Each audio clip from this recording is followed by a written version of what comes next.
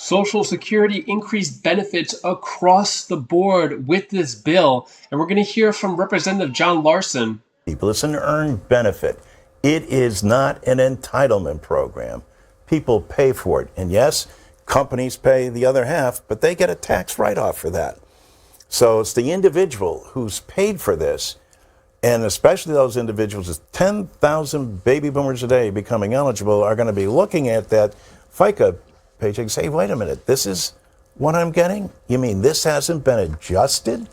I'll play the full clip of what he has to say and what should be done about Social Security. Also, take a look at this. Social Security Administration issues new rule preventing food assistance from affecting payouts. So I'll let you know what this new SSA rule is and how it could affect your Social Security check moving forward. Let you know about the Social Security 2100 Act, where it stands, what Representative John Larson is saying, and give you some other important updates as well. Before I dive into the main content, if you appreciate these Social Security updates, hit the like button and subscribe to the channel for more Social Security updates. So the Social Security 2100 Act has probably been one of the more popular Social Security bills, as it has a lot of benefits, increases and expands 12 essential benefits, increases the COLA, 2% increase across the board. Too many things to go over in this video, as I have gone over it in much detail in previous videos, but take a look at what the creator and founder of this bill, Representative John Larson, has to say. Going back to Social Security, what did you want to add? Well, here's the deal with Social Security, and this is something I think every American should be upset and focus on. We haven't enhanced Social Security in more than 50 years. What do I mean by that? People say, well, wait a minute, didn't Bob Dole and President Reagan? Yes, they did in 1983, some 40 years ago. They extended the solvency of Social Security by raising the age, but they did not enhance any of the benefits. Today, we have 10,000 baby boomers a day becoming eligible for Social Security. We will surpass more than 70 million people who are on Social Security next year. And yet, those benefits that were in place when Richard Nixon was president have not been changed. We have a COLA that's inadequate. People haven't received an increase in their Social Security payments. There are more than 5 million fellow Americans who've worked all their lives and get below poverty level payments. There are some 23 million Americans that are paying taxes on Social Security that shouldn't have to do so. And for those who have been prevented through WEP and GPO, government employees, teachers, municipal employees, from getting their benefits, that deserves to be repealed so they're able to get those benefits. For close to 40% of the American people, the only pension they'll have is Social Security. And on average, that's $18,000 per male, $14,000 per female. Living on that amount of money. People aren't going out and buying stock options with this money. They're buying the essentials that they need to survive. And this is why it's so critical. This is why this wealth disparity exists. And again, I commend President Biden for saying, and how about we pay for that too? And how do we do that? We lift the cap on people making more than $400,000. I hold town halls all the time, and every time I go out to a town hall meeting, I say, raise your hand if you're making more than $400,000. Funny thing about it, Brett, no one's ever raised their hand at any of those. Point being that even wealthy people understand that if a person making 50, 75, 100, 125,000 is paying throughout the year into Social Security, why shouldn't they? Bill Gates stops paying in January. Millionaires stop paying in February, their Social Security. Somehow, I think when the American people understand this and understand that this will both pay for Social Security, extend its solvency into the future, but provide the benefits that people actually need. And oh, by the way, it's the best economic development plan that we could have for the country. Where do they spend that money?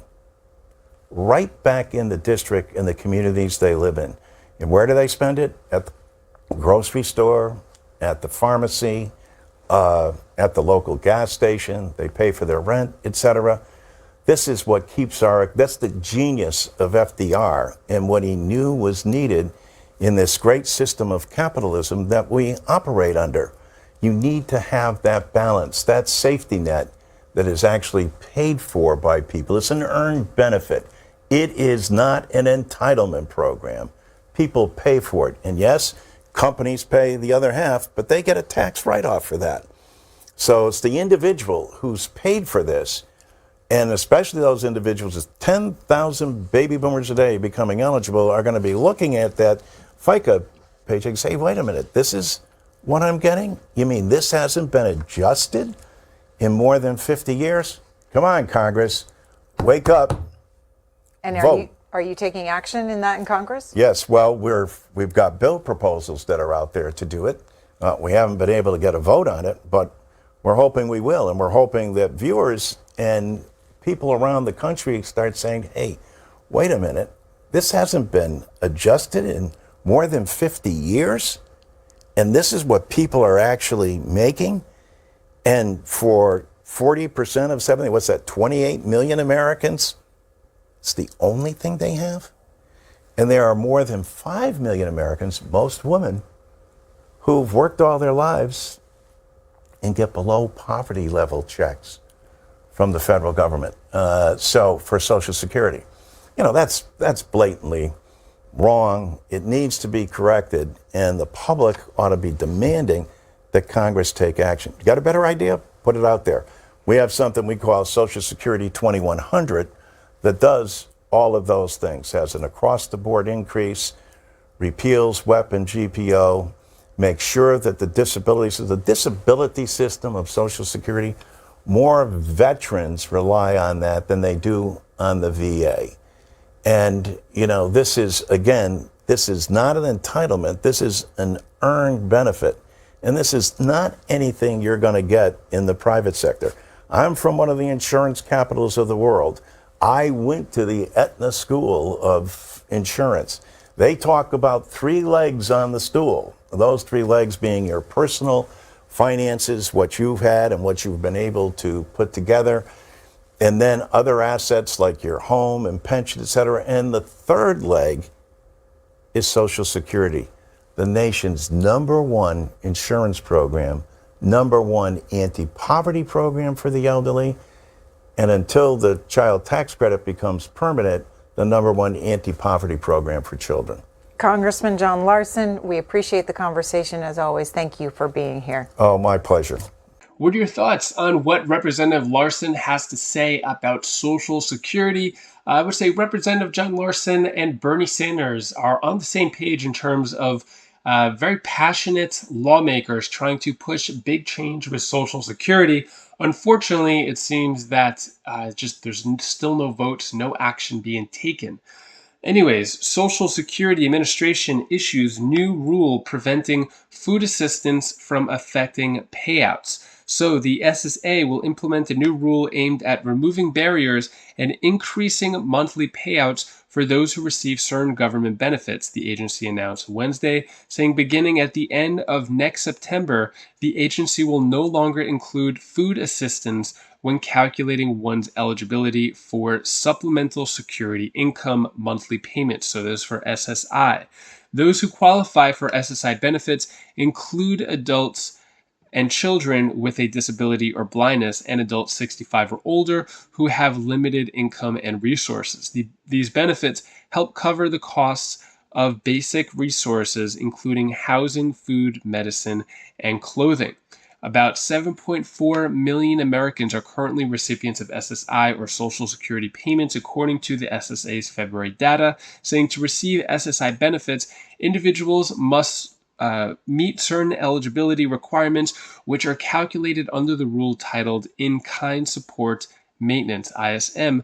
Under the current rules, food, shelter, or both are counted as unearned income, which can impact individuals' eligibility and lessen their payments. Starting September 30th, the agency will no longer include food in its ISM calculations, meaning applicants' history of informal food assistance from friends, family, or other support networks will no longer hinder their benefits. Saying this from Martin O'Malley, the commissioner, a vital part of our mission is helping people access crucial benefits, including SSI, saying that simplifying our policies is a common sense solution that reduces the burden on public and agency staff and helps promote equity by removing barriers to accessing payments. So, SSI said the change will ease the process for applicants as they will have less information to report about food assistance and will see more similar payments from month to month. It will also increase the efficiency of the agency with less time spent on tracking beneficiaries' food assistance. So here's another change coming from the new commissioner, Martin O'Malley. In the previous video, I spoke about how the overpayments are going to be slashed by 10%. More on that in a moment. But first, here's my daughter Bella's tip of the day. Hi guys, it's Bella tip of the day. I want to tell you the one thing that you should do. Do the things that scare you the most, because after you do that, you become a better person. Bye. If you want to see more of the 10% slash of overpayments from the SSA, you're not going to want to miss this video right over here, as if you or anyone you know has gotten overpaid by the SSA and owe that money back, you may only have to give 10%. So click that video now, and also go over a new bill that has been introduced in the Congress. So click that video now, and I'll see you in that video. Take care, be safe. Thank you for watching.